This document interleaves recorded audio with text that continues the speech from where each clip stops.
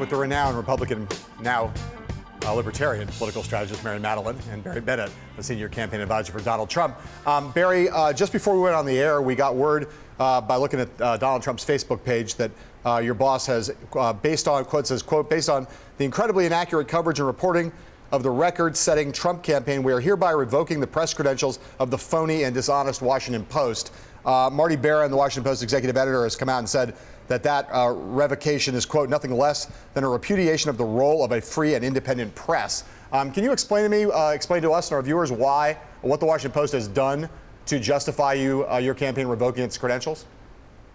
You know, I wish I could, but I haven't been able to talk to the campaign since I saw that Facebook post, so I really don't have anything to shed on it.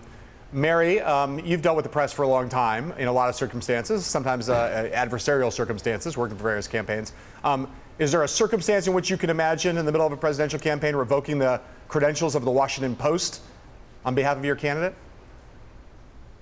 Probably not, but there have been actual circumstances where I have slapped across the face various reporters on tarmacs across the country, so I understand that the aggravation, but I'm not sure it matters. Mr. Trump has a lifeline, if you will. He has a form of communication with the country that transcends or goes around or whatever. He doesn't need the Washington Post, so I don't know why he picks a fight with them. It's off message, but I guess off message is on message for him. Barry, just again, even if you don't understand exactly why in this case, should the press right now take this as a warning sign that if it displeases the campaign, that it faces retribution of this kind? I mean, it seems to me, rationally speaking, that is one of the inferences that I would draw from this action, that everybody's on notice. I don't think it was meant as a warning shot, but I will tell you that in today's social media age, the press is, remarkably less important. I mean, more people will read that Facebook post than read the Washington Post today, I assure you. Right. He's got 16 million followers on social media. The Post circulation isn't quite up to those numbers. I assume you're saying. I assume you're not saying, Barry, that the press, as constituted by like major television networks and the New York Times and Washington Post, is now irrelevant and therefore can be just disregarded, right? No, but there was a day when that was the only way to get your message out.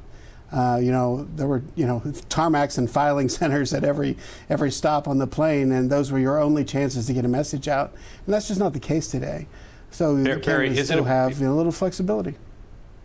Barry, is it appropriate for a campaign to allow or not allow coverage from a news organization based on the content of that news organization's coverage? Is that appropriate? No, I don't think it is appropriate, but that's not what's happening. What they're doing is they can't determine who gets access and who doesn't. That happens every day. Well, I understand, but you're saying that the Trump campaign has never denied a news organization access to an event based on the coverage? Because it's been widely reported by many news organizations. But that doesn't. Politico, for instance, has been banned from a lot of events, but that doesn't keep them from reporting on it every day. They just can't be in the room. But are news organizations, is it appropriate to ban news organizations based on the candidate or the campaign not liking the coverage? Is that something your campaign thinks is appropriate? Well, I think you can certainly ban access, absolutely. Based on content, I don't think it's inappropriate. It's not inappropriate to say, we don't like a story, so you can't cover us. No, not talking about interviews. We're talking about covering events, candidates press have been credentials. doing this for decades, Mark. I mean, if you didn't like a coverage of some particular reporter, you refused to do interviews with them. Barry, it's not about interviews. It's about whether you're denied press credentials to cover events that other news organizations are allowed to cover. Mary, is that appropriate to do? Because the Trump campaign seems to do that. I think what was ineffective or wasted time was making a big pronouncement about it, and you two know better than anybody that there are ways to ban, to de facto decredential press whose coverage you don't like and whom you want to punish. This is as old as campaigns are. What was disconcerting was the making a big hoo-ha about it. On the other hand, when Mr. Trump made a hoo-ha out of the New York Times story and it collapsed on itself, it reinforces a meta message of his, which is you can't really trust these stories anyway. So I don't think this is going to hurt him. I just think he's moving into a period where he needs to get more on a policy and principle message than we already got the media doesn't like conservatives' point. But Mary, just to be clear. No, but I will. Go ahead, Mark. Mary, I'll just say it's not about whether it's been done before, although I don't think it's ever been done on this scale in my career. And it's not about whether he can get away with it.